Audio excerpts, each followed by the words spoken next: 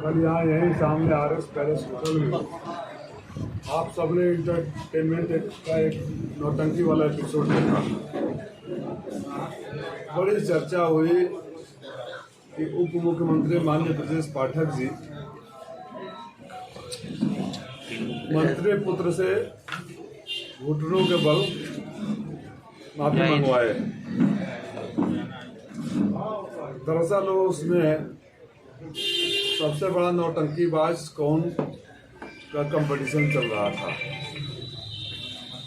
माननीय ब्रजेश पाठक जी से मैं जानना चाहूँगा कि आप अपने को इस सरकार में ब्राह्मणों का सबसे बड़ा चेहरा मानते हैं। जिस दिन आदरणीय महेंद्र पांडे जी कैबिनेट मंत्री वरिष्ठ नेता को मंच से मां बहन की गाली दी गई, उस दिन आप खामोशी से ताली क्यों बजा रहे थे? जिस दिन मंच से भारतीय जनता पार्टी के कार्यकर्ताओं को, जब मैं बात करता हूं तो कार्यकर्ताओं में समाज के सभी वर्ग के लोग आ जाते हैं, हर जात बिरादरी के लोग आ जाते हैं, को दौड़ाकर माँ की गाली देकर, वो वीडियो आप लोगों के पास भी होगा, किसी के पास नहीं होगा तो कहिए मैं दे दूं, होगा ही, निश्चित रूप से होगा। माँ बहन की गाली देकर कहा गया कि इनको दौड़ाकर जूते मारो। उस दिन भी आदरणीय ब्रजेश पाठक जी आप चुप रहे। और तो और मैं वो तो खैर आपके पार्टी का मामला है, इंटरनल पॉलिटिक्स में आप क्यों खुश रहे जब आदरणीय जोगी जी को के बारे में अपशब्द कहे गए, मोदी जी शाह जी के बारे में अपशब्द कहे गए, ऐसे अपशब्द जो संसदीय कभी हो ही नहीं सकते। तब न सिर्फ आप खामोश रहे बल्कि इतने खुश हुए पाठक जी, आप इतने खुश हुए कि ओम प्रकाश राजभर जी को पकड़ के पैरों में लोट लोट के भारतीय जनता पार्टी में लेकर चले आए।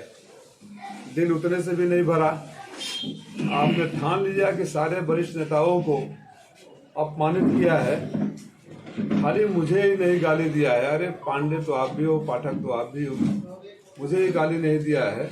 इसलिए जब तक आपने उनको मंत्री नहीं बनवा लिया, आप चैन से नहीं बैठे। ब्रजेश पाठक जी, आपने उनसे माफी तब क्यों नहीं मंगवाया जब आप भाजपा में लेकर आए? भाजपा में लेकर आते समय माफी मंगवा लिए होते। अरे वो भारतीय जनता पार्टी के कार्यकर्ताओं से माफी मांग लिए होते तो हम सारे समझ गए होते कि हमसे भी माफी मांग लिए, क्योंकि समाज के सारे वर्गों का था। तब आपने माफी नहीं मंगवाया, आज तक माफी नहीं मंगवाया, आज यहाँ आकर नौटंकी करवा रहे हैं। मैं चाहता हूँ कि सारे समाज की तरफ से, इंक्लूडिंग मैं, सारे समाज की तरफ से सबसे पहले ब्रजेश पाठक माफी मांगे कि ऐसे गालीबाजों को वो संरक्षण देते हैं, प्रमोट करते हैं, पार्टी में लेकर आते हैं। उनका पार्टी का इंटरनल मामला है, उनकी पार्टी ने क्यों लिया नहीं लिया उस पर नहीं जानना चाहता हूँ, लेकिन वो प्रमोट करते हैं और संरक्षण देते हैं। ऐसे लोगों की वजह से, ऐसे असभ्य भाषा का प्रयोग करने वाले लोग राजनीति में आगे बढ़ते हैं और आम जनमानस के मान सम्मान की उन्हें तनिक भी चिंता नहीं होती है। मेरे साथ ननकू राजभर भैया हैं, हमारे पार्टी के प्रदेश सचिव हैं। इन लोगों की भी पीड़ा बड़ी जायज है। इन लोगों का भी यही कहना है कि उन्होंने कर्म ही ऐसा किया कि सबके पैरों में गिरकर माफी मांगना पड़ा और इससे इनके समाज का अपमान हुआ है। तो जो इंसान समाज के हर वर्ग को अपमानित करता है, और वो पुत्र जी कुछ दिन पहले आप ही पत्रकार मित्रों के सामने जब एक सवाल के जवाब में बोल रहे थे कि आदमी की पहचान उसका कर्म से होती है, तो हे महत्वाकांक्षी पुत्र, माननीय मंत्री जी के पुत्र, यही आपके कर्म है जो लोग देख रहे हैं कि आज वोट के लिए, एक अपनी सीट जीतने के लिए कभी गाली देते हो, कभी पैरों में लौट जाते हो, कभी जिसको गाली देते हो उसी के पैरों में लौट जाते हो। तो आप चाहते हो कि जब मन करे गाली दे दे, जब मन करे पैरों में लौट जाए और आपको लोग वोट दे दें। याद रखिएगा, आप 17 में बांसडीह से लड़े थे, लोग हरा कर भेज दिए, आप लौट कर नहीं गए। 22 में बनारस से लड़े थे, वहाँ से कुटाई और पिटाई दोनों हो गई, भाग के चले आए। 24 में यहाँ आए हो। ये हार की हैट्रिक के साथ ही आपकी ज़िंदगी का आखिरी चुनाव होगा। यहाँ से वो जवाब मिलेगा समाज के सारे वर्गों का, जिसमें अगड़े पिछड़े की बात नहीं है। जब सामूहिक रूप से गाली दी जाती है तो सबको गाली पड़ जाती है। और लोकतंत्र में लोग कुछ नेता लोग आज कुछ कर तो पाते नहीं है, सिर्फ सम्मान चाहते हैं। जनता ये चाहती है कि मेरा नेता मुझे समझे, प्यार से बात करे, मेरी पीड़ा को सुने और सम्मान दे। अगर आप उतना भी नहीं कर पाते हो तो आप लोकतंत्र में रहने के हकदार नहीं हो। मैं 14 में चुनाव लड़ा, हार गया। 19 में यहाँ की सीट गठबंधन को चली गई। मैं भी चाहता इसी घर में आप लोग गवाह हैं, मेरे ऊपर इनकम टैक्स के छापे पड़े क्यों, और सवाल क्या पूछे जा रहे थे, आप सब गवाह हो। इस सोशल मीडिया पर देखते हैं आप इतने मरीजों का इलाज कराते हो, इतने गरीबों को शादी करते हो, इतने बच्चों को गोद लेते हुए पैसा कहाँ से आता है। और मैंने आप सब से कहा था, आप सब गवाह है, मैं कोई राजनीतिक भाषण नहीं दे रहा हूँ, कि अगर मुझ पर इस बात के लिए दबाव इतना है तो मैं आप सबके सामने घोषी के मालिकों को वचन देता हूँ कि और 4 गुना करूँगा। और उसके तत्काल बाद जितनी भी मुश्किलें आई, घोषी की धरती पर मैं खड़ा रहा। न तो मैं क्षेत्र बदला, न तो मैं पार्टी बदला, न तो अपने सेवा भाव वाले विचार बदले। मैं वहीं अपने मालिकों के बीच में खड़ा रहा। और आप बांसडीह से काशी होते हुए घोषी आए हैं।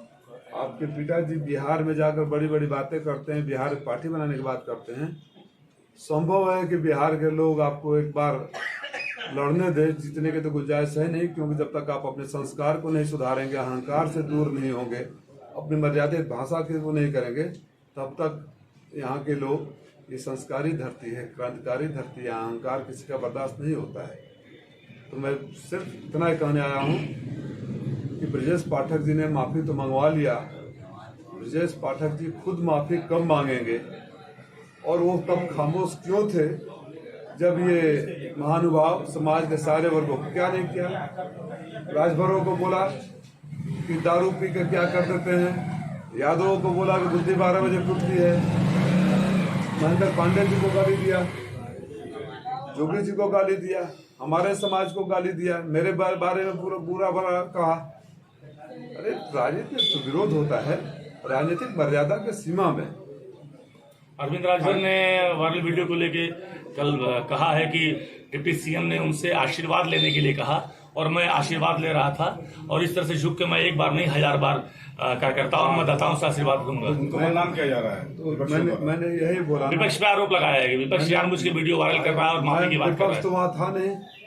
विपक्ष तो वहाँ था नहीं, तो आप ये कहना चाहते हैं कि हम गाली तो देंगे लेकिन इसको माफी मत समझना, जरूरत पड़ेगी तो फिर गाली देंगे, और जिता दोगे तो पता नहीं क्या क्या आपके साथ करेंगे।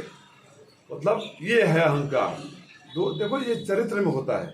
अगर आपके अंदर अहंकार और क्या बोलते हैं थैंकलेस नेचर जिसका हो, जिसको किसी का आसान न माने, वो लोग ऐसी ही हरकतें करते हैं, और ये किसी के नहीं होते हैं। समाज के सभी वर्गों को समझना पड़ेगा। ऐसा तो नहीं कि पिछला बदला लिया गया हो जो पहले गाली दिया करते थे लोग। देखो इसका जवाब तो भारतीय जनता पार्टी के नेता ही दे सकते हैं, लेकिन जब उन्होंने कह दिया कि मैंने माफी ही नहीं मांगी तो बदला कैसे लिया। ये तो मतलब ये बोलते हैं ना, इनकी जुबान, इनका चरित्र, इनका संस्कार, इनका व्यवहार, इनका आचरण ही इनकी पहचान है, और ऐसे पहचान वालों को लोकतंत्र में और सामाजिक जिंदगी में कोई जगह नहीं। राजभर समाज स्वाभिमानी कौन